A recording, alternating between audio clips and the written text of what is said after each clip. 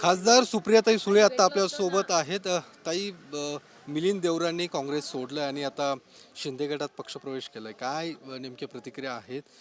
ज्यापर्यंत दक्षिण मुंबईच्या जागेवरून सगळं वाद सुरू होता आणि त्यानंतर त्यांनी थेट शिंदे गटातच प्रवेश केला. दोन गोष्टी ह्याच्यातून कळतात. एक तर मिलिंद देवरांना माझ्या शुभेच्छा आहेत.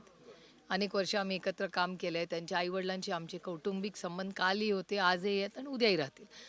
पण महत्त्वाची गोष्ट एक आहे की आज भारतीय जनता पक्ष आणि त्यांच्या मित्रपक्ष हे काँग्रेसवालेच झालेत. म्हणजे भारतीय जनता पक्षामध्ये टॅलेंट नाही का काय अशी परिस्थिती व्हायला आली आहे. किंवा त्यांच्या सगळ्या ज्या आघाडी आहेत त्या काँग्रेस पक्षाचे लोक जास्त त्याच्यात दिसतात. म्हणजे काँग्रेसचा विचार हा भारतीय जनता पक्ष जेवढा काँग्रेसमध्ये तेवढाच भारतीय जनता पक्षात आहे. आणि भारतीय जनता पक्षामध्ये टॅलेंट नाही का किंवा ज्या लोकांनी कष्ट केलं, भारतीय जनता पक्षाचा झेंडा इतके वर्ष विरोधात फडकवला, सतरंज्या उचलल्या, आंदोलनं केली, मग ते भारतीय जनता पक्षाच्या कार्यकर्त्याचं काय? साऊथ मुंबईमध्ये अनेक भारतीय जनता पक्षाचे अतिशय उत्तम काम करणारे MLA नाहीत का? मग त्यांच्यावर का अन्याय होतोय? पण मग भारत जोडो यात्रेचा दुसरा टप्पा सुरू होत असताना अशा वेळी अशा पद्धतीने मिलिंद देवरां निर्णय घेणं, लक्ष डायव्हर्ट करणं आहे या सगळ्याच्या? नाही हो, नाही. देशाचे नेते आहेत राहुलजी. केंद्रीय मंत्री नारायण राणे यांनी शंकराचार्यांबद्दलचं जे वक्तव्य केलेलं आहे त्यावरून आता वाद होताना दिसतो आणि माफी मागावी भाजपने, अशा पद्धतीची मागणी आता शिवसेनेकडून होते, उद्धव ठाकरे गटाकडून. नाही, माझा पहिला प्रश्न भारतीय जनता पक्षाला आहे की भारतीय जनता पक्ष जवाब दो. तुम्हाला हे स्टेटमेंट मान्य आहे का नाही एवढ्याचं पहिलंच उत्तर भारतीय जनता पक्षाने द्यावं. एरवी आम्हाला छोट्या छोट्या गोष्टींना भारतीय जनता पक्ष इतका ऐकवतं कारण नसताना, जेव्हा आमच्या कुठल्याही चुका नसतात. आता अशा वेळेस भारतीय जनता पक्षाचा त्यांचा स्टँड काय हा त्यांनी आम्हाला सांगावा. दुसरीकडे काल भुजबळांची सभा पार पडली बीडमध्ये. त्यामध्ये त्यांनी मावळ्यांच्या जाती काढल्या, त्यावर जरांगे पाटलांनी सुद्धा नाराजी व्यक्त केलेली आहे. अशा पद्धतीने मावळ्यांच्या जाती काढणं चुकीचं आहे. काय वाटतं या सगळ्या पद्धतीचं जे राजकारण? मला असं वाटतं याचं उत्तर माननीय देवेंद्रजींनाच विचारावं लागेल. ते 105 आमदारांचे नेते आहेत, पहिला मुद्दा.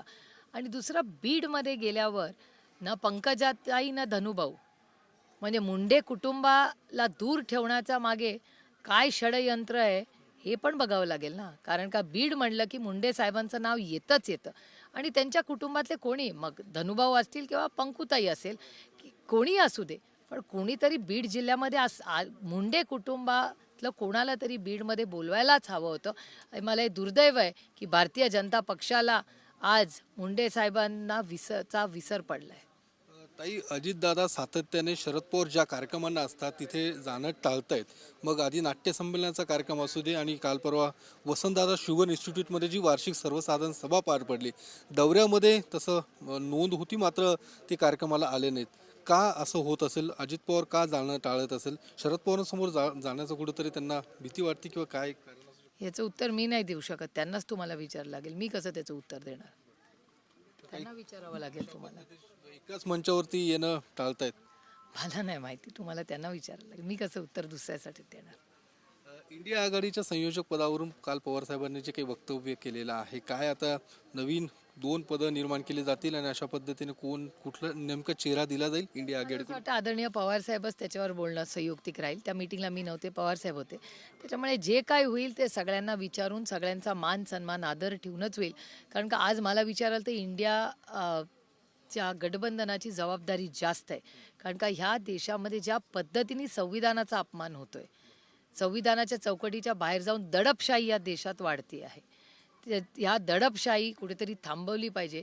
आणि ज्या स्वातंत्र्यवीरांमुळे आज तुम्हाला आणि मला हा मोकळा श्वास घ्यायचा अधिकार दिला आहे, त्या संविधानाचा मान सन्मान ठेवण्यासाठी इंडिया आघाडीला जास्त ताकदीने लढावं लागेल.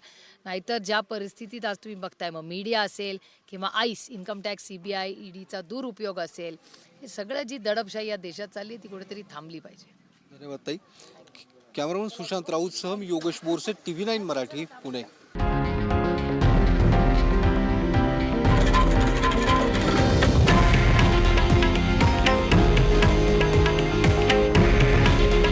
हे आहे देशातील नंबर 1 न्यूज नेटवर्क आणि आपण पाहत आहात TV9 मराठी.